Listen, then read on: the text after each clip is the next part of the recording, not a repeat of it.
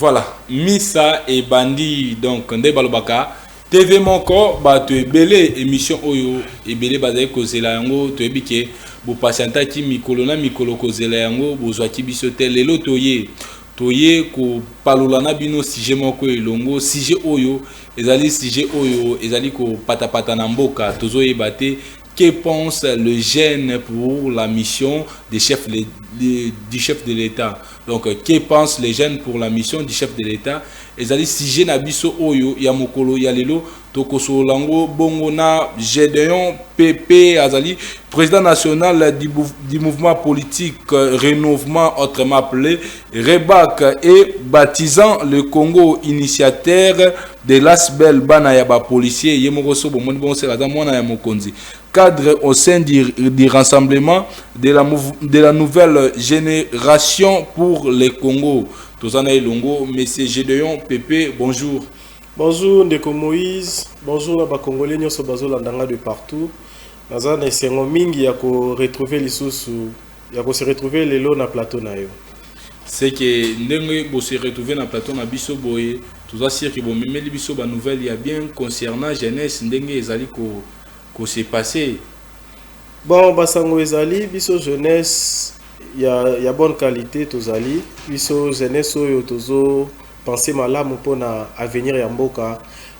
Toza wana tozo continuer ko pesa pe ba makanisi na biso na ba plateau na bino, l'autre fois tosagi ba tournée médiatique na ba chaîne mususu na roka kotanga kombote. Tozali, nous continuons de prêcher la reprise de conscience ya jeunesse congolaise. Nous continuons à mobiliser la jeunesse katele mapo yende aza relève yende aza force ya lobby yende aza futur. Voilà, Gédéon PP, président national du mouvement politique Rénovons et Baptisons le Congo REBAC en cycle. Je ne sais pas, comment est-ce que vous avez sur les lots, les solos et REBAC, l'activité Nino REBAC à organiser prochainement, Vision et REBAC et Zalinini, selon Bino président Malobabo Bino. Bon, Rénovons et Bâtissons le Congo, REBAC en sigle, structure Nazo et Bako Kambango. Pour enchérir la présentation d'Angaï, Naza président ya Rénovons et Bâtissons le Congo, Naza initiateur ya Asbel Bana policier, Naza cadre au sein du rassemblement de la nouvelle génération pour le Congo, et Kambami et pas ya camarade ou bien leader nango Jonathan Kalumba, Naza moko ya ba cadre na kati ya rassemblement. Bon, Rénovons et Bâtissons le Congo, eza structure oyo et ils ont continué à défendre la jeunesse congolaise où ils ont marginalisé. Vous imaginez, Toza Namboka Oyo, jeunesse a représenté près de 60 à 65% de la population, mais au Mona, na kati ya ba instance décisionnelle, biso jeunesse toujours à la moins représentée. Donc biso toujours télémé la likamboana, ya marginalisation.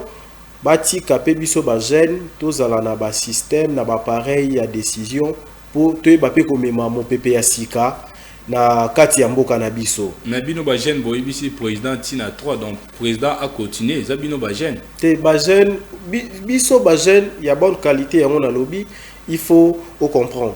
La jeunesse congolaise fait face à deux catégories de la jeunesse.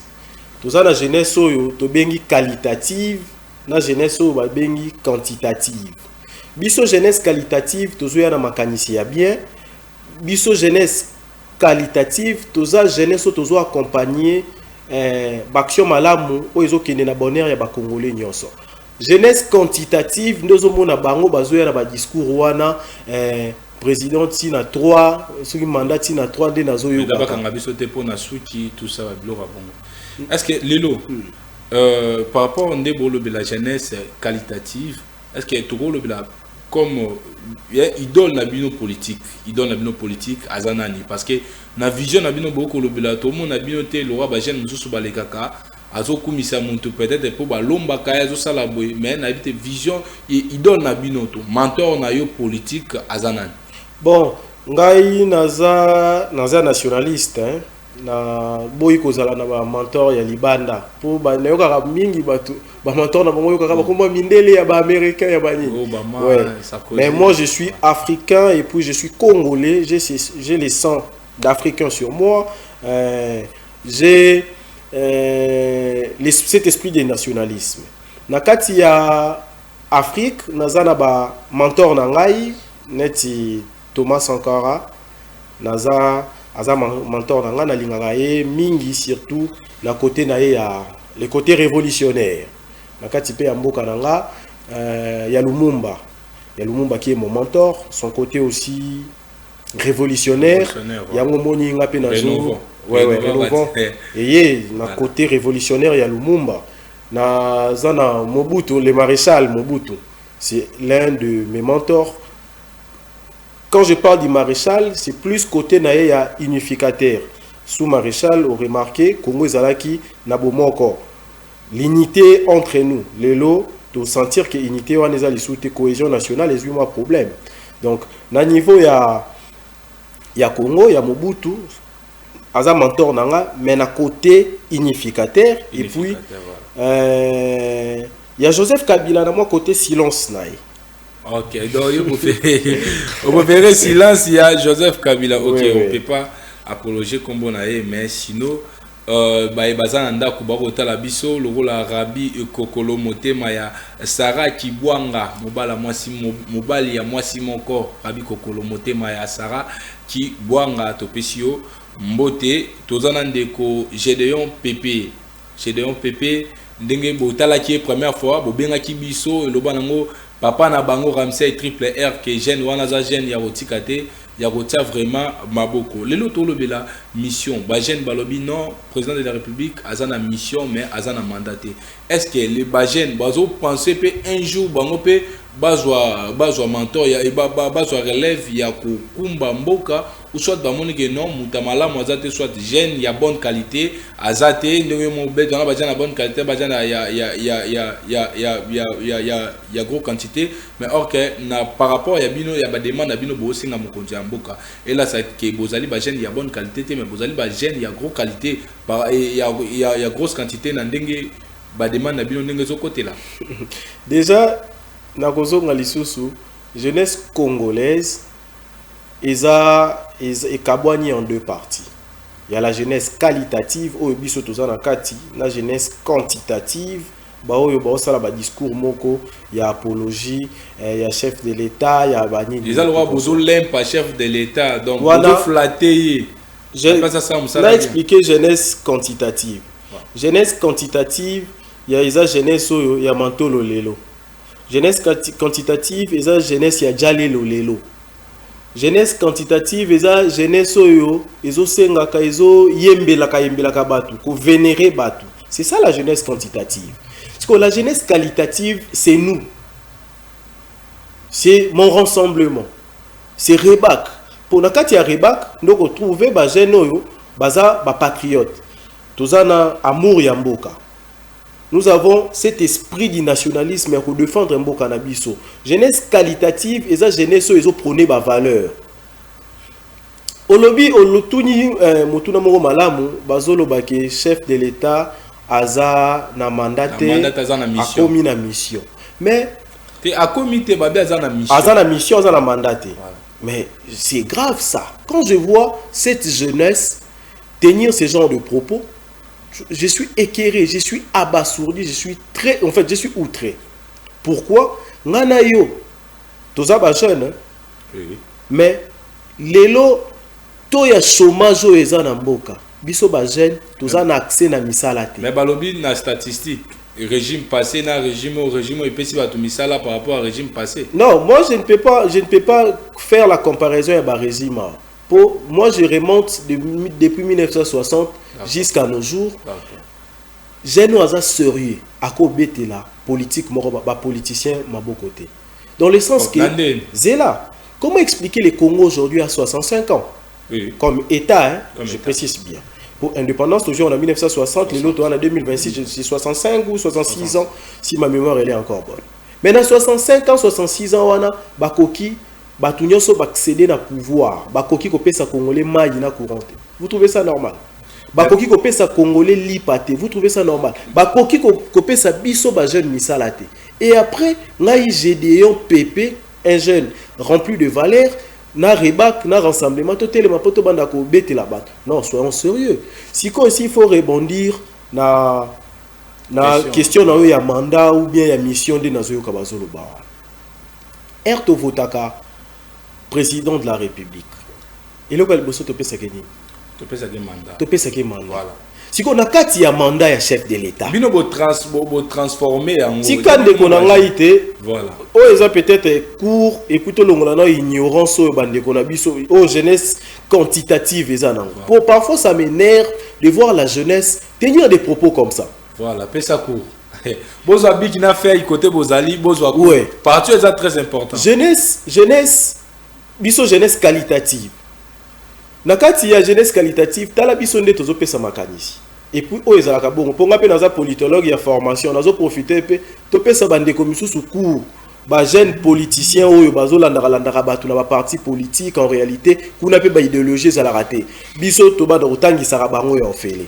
Président azana nous na mandat président de la République. Pour la élection, tous ont voté président de la République. Président de la République na kati ya mandat na ye. Aza sikoyo na ba mission ndeko na ngai. Ba mission oza ya nini? Biso na politique tolobaka. Ouais, c'est là. Biso na politique en fait la politologie tolobaka. La notion de l'État, pour les présidents de la République et les chefs de l'État, moi, différence c'est Ali. Mais le président de la République devient le chef de l'État. Pourquoi? Il y a une forme d'organisation politique dans Kati Mboka. Dans Kati, il y a une notion de l'État. Tous on a mission, deux missions au topesi chef de l'État. Pour chef de l'État, Aza incarnation, il y a l'État. C'est-à-dire, l'individu président, un chef de l'État, incarne cet État. Chef de l'État a deux missions majeures. Les deux missions de l'État, tous opposants par rapport, il y a des domaines respectifs na bango.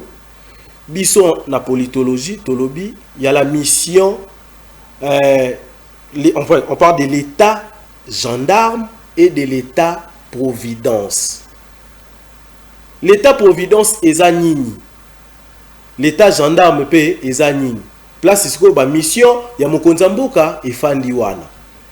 Na l'état providence na l'état providence nde eza l'état oyo epesi mokonza mboka makasi apesa biso mai apesa biso courant apesa biso social apesa biso banzela et tout. Na l'état sikoyo gendarme mokonza mboka musala neza nini abatela l'intégrité territoriale.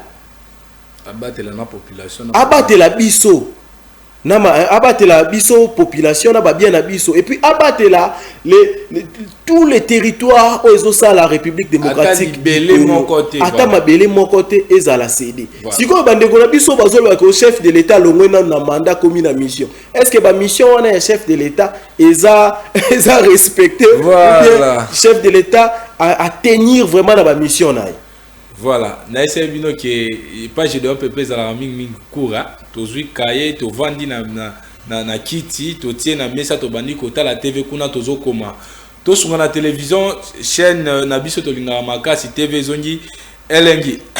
Général Pépé, lelo ndenka kolobeli mambo ya chef de l'État parce que aujourd'hui tu dis que chef de l'État Azali élu par la Constitution, Azali président par la Constitution. Alors, aujourd'hui, quel gêne ou a table pour que à s'asseoir autour il y a dialogue constitutionnel pour qu'il va changer constitution. Est-ce que changer constitution Azali kanisi ya malamu to ya mabe selon bino. Vous pouvez savoir bino. Constitution na biso eza nango eza changeable soit eza modifiable. Changeable comment? Attends, je vais dans la constitution, bah, le ko changer. C'est là dans comment? Une fois changé la constitution, c'est que veut dire que. Dès qu'on a tiqué la maloba na copé ça yo, ba réponse na yo. En fait, mi tout les ba réponse c'est ya ngai. Voilà. Partout na mokili, constitution ba koki ko changer yango, ba koki ko modifier yango. Chose qui est normale. Normal, ouais. Si ko biso constitution na biso ya RDC, libé comme kondi et ndé na lingala baloba. Ouais, libé comme kondi. Et puis si et mi pesi permission ba modifier yango na article nango 218. Voilà. Sikoyo et pesi ba modalité ndenge nini ekoki kozala modifier. Là c'est très clair. Mais biso awa tozolobela tozomona opportunité te lelo to fanda to banda ko débattre na question ya changement soit il y a modification de la constitution. Le modification des changements, les changements. Même attends le changement ou bien modification. Il y a secrétaire, il y a IDPS, Augustin Kabou, il y a lobby qui est seulement la Bible qui n'est pas changeable. Mais ces propos n'engagent que nous sommes dans la démocratie. Okay. Nous sommes dans la République. La République, c'est la chose publique. Tu vois la démocratie, mutunyo so azana droit ya kopesa ba point de vue na. Soki ndeko tangi kombo na. Alobi ke Bible ndeko changer, wana etali. Mais biso lelo ba jeune oyo, jeunesse oyo ya bonne qualité ou bien jeunesse qualitative, biso to lobi boye. Ko modifier constitution eza nango lisumu te. Mais lelo ba priorité eza nini? Est-ce que lelo to ko fanda na ba problème nyonso mboka eza nango, biso to fanda tout banda kolobela makambo ya changement ya constitution tozala pe bato na mboka oyo tozana na problème ya ba circulation, tozana problème ya nzala, tozana problème ya courant, les choses ne marchent pas. Ba problème majeur insécurité na est, les loto on a plus de 120 localités OESA gérées par ba rebelles, il y a Goma, Bukavu, ba grande agglomération OESA sous gestion ya ba rebelles. Totiki nanu bango tozo landela susu makambu na bango te tozo koka ko restaurer intégrité territoriale te et puis lelo tozo nga to banda kolobela makambu ya changement ya constitution de konanga to linga pe mboka ngo biso jeunesse qualitative to lobi boy il faut tozala na pouvoir ya bolingo, le pouvoir de l'amour et non l'amour du pouvoir. Au moins ceux qui tozana amour ya pouvoir yango moni lelo tozo longwa na ba contexte. Tozo longwa na ba débat essentiel. Tozo longwa na makambo eza important. Okomo na potolo bela sécurité lelo, mais tozo s'embrouiller na débat ya changement ya constitution. Potolo bela nzala ya ba congolais, tozo se baser na débat ya changement ya constitution. Nous sommes où là? Tozo na ba problème mususu. Tozo na soto créer ba problème mususu. Non. Ndeko nanga soko se rappeler na 2015 2016 na éviter ce qui mémoire nous est fraîche pour 2016 et autour à la lobby. Tamundeko Joseph Kabila alingaki a touché ma constitution.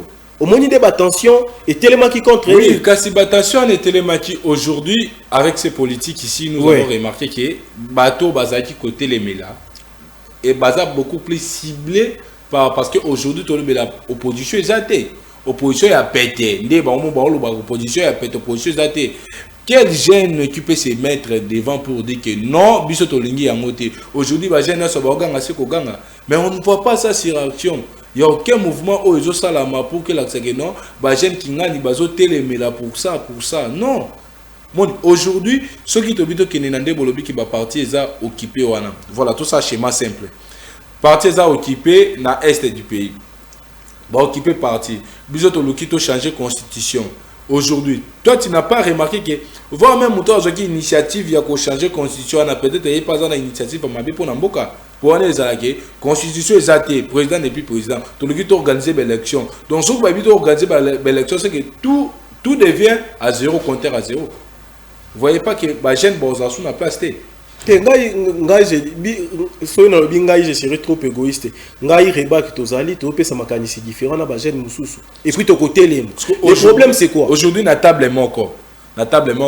Le vieux Bahati ayewana, le vieux Kamera ayewana, IDPS aye, Union Sacrée aye, Esida aye, reba bon vendre de la place ni borodie mbelana ni pour que bino pe batia bino loboko. Reba que na rassemblement biso appris na biso sala ka jeunesse. Zela na zongi na sala moi rappel moké. Oyebi ba même bilongi ya ba vieux politique au toyebi. Ils ont participé na dialogue intercongolais en 2003. Oui. Sous prétexte que régler crise oyo Congo kutanaki nango. Il y a eu la rébellion Zela na sinisa de bona. Zela réglé en quelque sorte. Zela qu'on se le dise. Ezala qui réglé. Oui. Mais les autres zongi wapi. la même situation. Problème est à nini. Problème est à nini. Les intérêts personnels et les qui trop. Ba ego et les qui makasi. Au monde. Biso, biso jeunesse qualitative, to lobi boye. Bakulu tu na biso, merci na bino. Bo sala ki ebele po na mboka. Ekoki.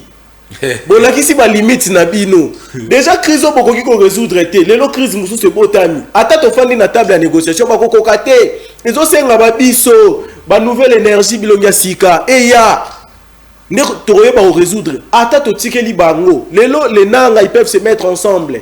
Tôt ou tard, ils vont encore reproduire la même bêtise et comme un mode opératoire. Biso nouvelle génération tozali, biso tozo téléma.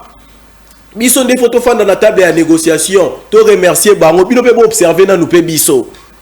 Si on fait ça mon cher, to s'embrouiller té. Bavie bakulu tu nyonso respect na bino bosali belé. Ne bolaki bopé ma bolaki si ba limite na bino à tous les niveaux. Ils ont montré la limite mon cher. J'adore pépé mettre plein, il faut bien mettre plein. Balaki si ba limite na bango, ba OK.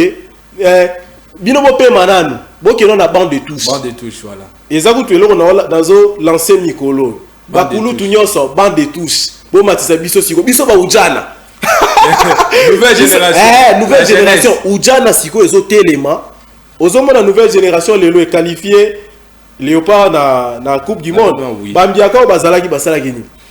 Soko tali na histoire mokili, ba jeune nde ba joua na lobaka ngo mingi.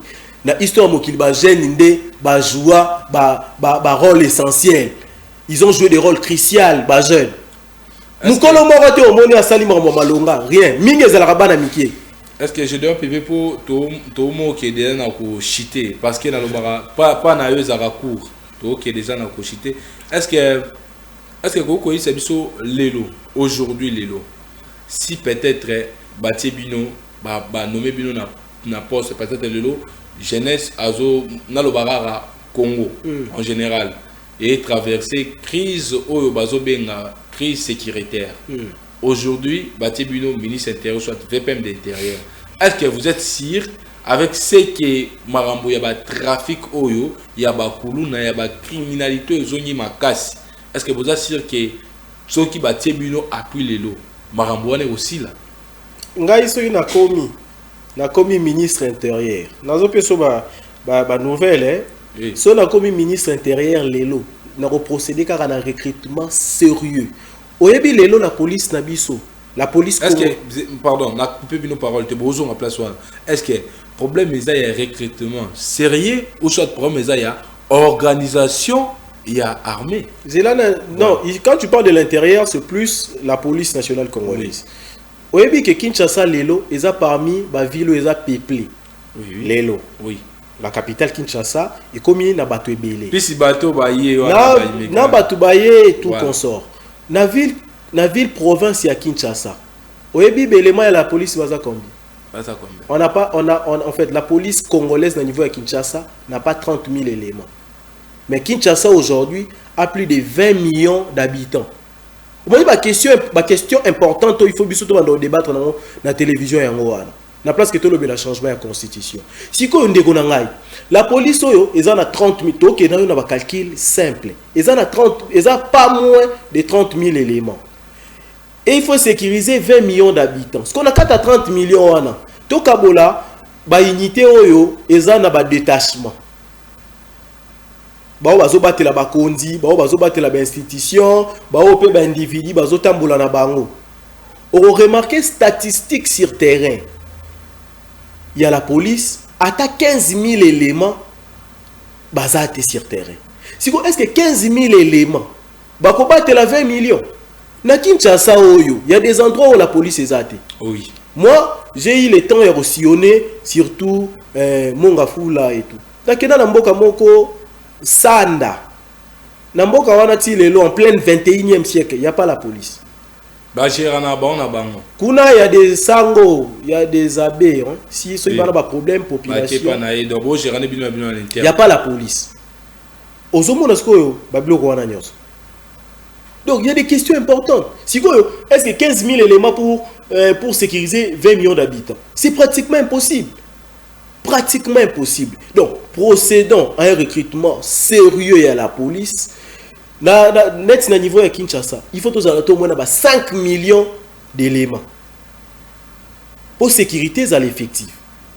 Tant que le nombre sera minime, il y a le nombre de policiers aux la minime, la sécurité va toujours s'aggraver. Donc,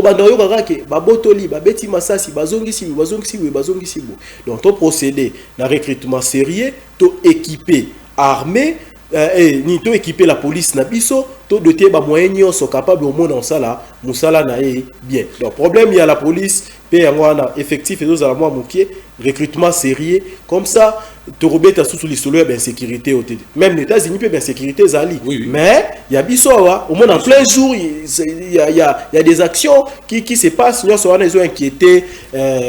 Circulation, il y a petit peuple. Voilà, Gédéon Pépé, Gaël Iwanda, ingénieur Gaël Iwanda, motema ya docteur Carmel Maseka, apesio mbote siko zali, docteur Glody Masabu, docteur Chancel Vie Pambu, yobeto pesio mbote makasi esika ozali mbote na yekomelao to silisa na rebak. Parce que on est dans des côtés où il y a des vendeurs makas.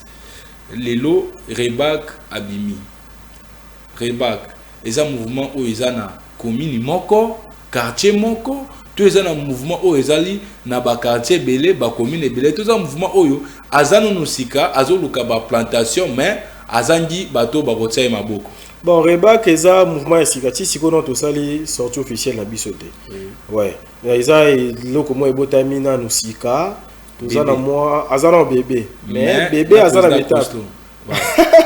Bébé azana l'étape, tout consort. Donc avec le temps, l'implantation est à la partout. On a mis toujours une coordination, il y a une coordination à Lubumbashi. C'est déjà quelque chose à avancer. Avec le temps, avec le temps, Togolukapé, tous dans la province, nous sommes petit à petit. Non, qui n'est ali?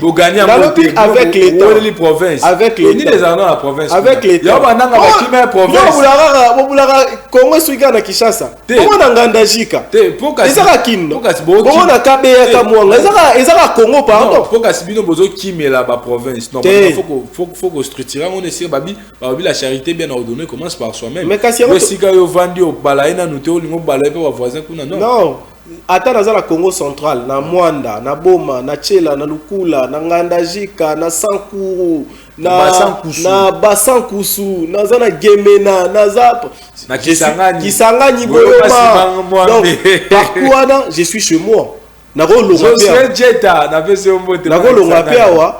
la sortie officielle na Basankusu, c'est toujours le Congo. Je me sens très à l'aise, donc je suis toujours chez moi. Donc avec le temps, un Rebak peut dans la province, mais pour l'instant, tous en nous, na Kati, il y a capitale, vu qu'il y a un siège d'institution, donc quand on va se régulariser na makambo yo etali mikanda ya l'état tout consort, tous on a la télévision pour na royer bisabino, mais Rebak ils ont continué déjà ils ont existé. Et Zaza déjà membre d'une manière officieuse. Avec le temps, nous allons le rendre officiel. Bakonzamboka, batu mitema et betaka pour nous soutenir bajen le roi Gédéon Pépé bazali bajen de balobara to PC soutien ya pamba to PC soutien PC polo PC casquette PC veste bakise les nyonso bo PC yango po aza jeune oyo azana ba vision aza pena na makambu ya koyebisa bino na makambu bo sala elongo. Bien qu'alobi que mikolo miniti on a nous bande mais yé aza jeune aza vraiment conscient aza jeune ceux qui bo travailler na beaucoup mona beaucoup kende vraiment elongo dialogue intercongolais Rebak aza place ni mais biso na pesa pe position na biso pour batebele ba tourner mais Gédéon Pépé tozo ba position na yote Gédéon Pépé te zoe ba position na yo. Oye ba siko position na ngali. Position Gédéon Pépé te. Position ya Rebak congolais interne. Dialogue congolais interne. Ouais. Rebak aza position ni. Kasi yango nazo epeso explication de kona ngai. Rénovons et bâtissons le Congo na minute est prêt pour aller au dialogue à travers rassemblement de la nouvelle génération pour les Congo oyo nazape 4 kuna sikoyo biso position biso zani ndo mona rangande kono Gédéon boy nazaka na majorité te naza na opposition te nga naza na société civile citoyen société civile biso toza na compte ya jeunesse ya société civile réellement indépendante donc toza na mutu moko te soki nene yo société civile ya penchant X ou Y t nous sommes réellement indépendants. Nous voulons les dialogues. En français, balobaka, le linge sale se lave en famille. Pour l'instant, les dialogues restent la seule solution entre nous, Congolais. Tout fanda, tout le bana vérité en face. Tout se réconcilier. Tout benga bandeko nyonso baza et pas ba rebelle bozonga revenir à la bonne cause. Le Congo, c'est notre terre. Le Congo, c'est notre patrimoine commun. Moi, je vais laisser ce Congo à mes enfants, à mes petits-enfants, dans la bango, yo pour la banana yo, la bakoko na yo. Et après, bakoko na biso na banana biso bakoloba nini. Papa, qu'est-ce que vous avez fait de ces pays? Toi, tu diras quoi à tes enfants? Ça les problèmes. Donc, na bengi ba Congolais nyonso, na bengi ba Congolais tout bosimbi ba arme. La conspiration n'a pas de sens. La conspiration n'est pas une valeur. Revenez à la bonne raison. Nous avons que les Congo comme dénominateur commun. Nous avons que les Congo comme la terre ancestrale. Nous avons que ces Congo. Revenez à la bonne cause. Kosi Mamandou qui est la solution mon côté. Tous les Congolais, tous les fans, tous les vérité en face, tous se réconcilier. Et le Sangisi, le Sangisa biso eza Congo. Le Congo doit être au-delà de tout. Au-delà de nos intérêts égoïstes, le Congo, nous devons mettre le Congo en avance. Voilà, Maloba, Boangai, Glody, Massabu, Papa, na Lixiez. Bientôt ton anniversaire, on a dit que bah, champagne, et Kokoya, Kamel Maseka, Dota. Bientôt ton anniversaire, Madame quoi, autrement appelée Plamedi Langi, Fitir Dorter. Mama bana mama na plamos topesio mbote nemi mwila mbote bubalu tadila ingénieur maboko bank mbote na wesiko zali je donne pépé moi un mot de la fin après au souhaiter joyeux anniversaire na nemi mwila talaka yeni mtaza derrière caméra so PCP joyeux anniversaire na ya kitoko et au salaye apé manakimi ya sala na kimia kopé matin nemi limbisanga azala na kimia. Mot de la fin, na quelques salutations na bandeko ba taladi. Bon, on appelle si bon, on va l'appeler Sambote. Ba jeune, tu lancer campagne, ba vient na bande de tous. Biso ujana, to matasiko na terrain. Biso ba ujana. Tozo mata terrain ba vieux na bande de tous. Moni ba vieux ba oumela 52 ans après ba pesa biso léopard lelo ba jeune de Noah Sadi qui les jeunes nous ont donné soit nous ont qualifié na mondial. Ouais. Donc biso siko en politique peut toyer nango ba vieux nyonso bo keno na bande de touche bo pema nouvelle génération to matasiko sur terrain to la ki sabino ke biso to amu pe pasika. Donc c'est la campagne que je lance. Je passerai dans d'autres médias pour continuer avec cette campagne. Ba mikolo na bande de touche ba jeune ba ujana to mata. Bon, je souhaite un 6 millions anniversaire. C'est les caméramans, hein? Oui, les caméramans. À notre caméraman, à la personne Mouila. Qui est derrière ces caméras, Némi Mouila. Je pense qu'il est de la jeunesse qualitative. Hein? Oui, qualitative. Joyeux anniversaire, que Dieu te fasse du bien. Napesi ba jeune congolais son beauté. Napesi ba jeune ya rénovons et bâtissons le Congo beauté. Napesi ba jeune il y a rassemblement de la nouvelle génération pour les Congo Mbote. La PCP coordonnateur principal, Jonathan Kalumba, je vous salue, mes amis, Francis Kitoko, Vini Kasongo, Joyce Baïka, Cécile Okito, Vianengamo, ils sont nombreux, c'est là ma Mafuta, vous êtes nombreux, je vous aime beaucoup, donc de bonnes choses à vous.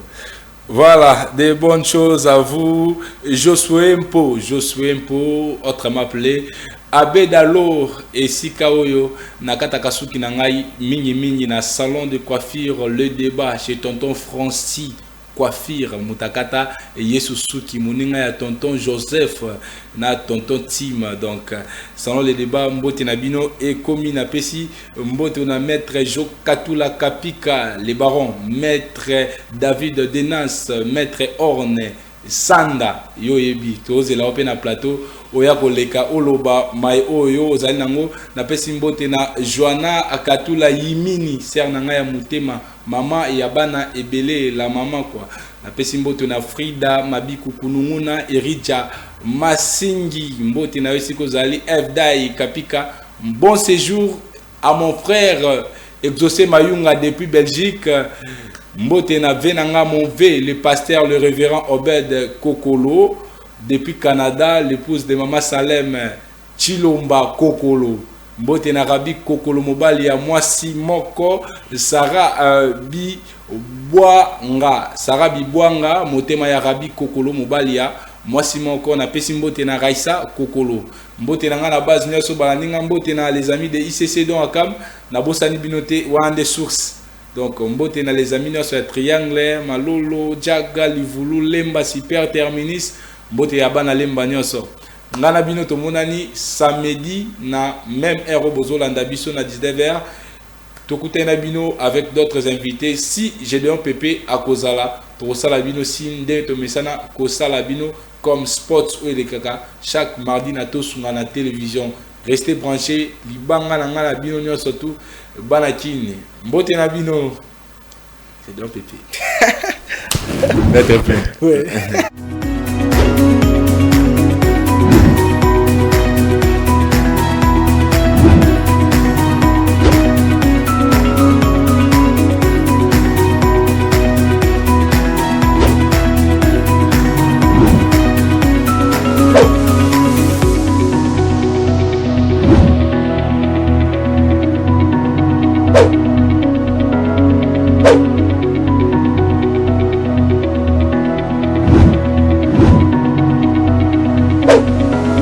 Oh.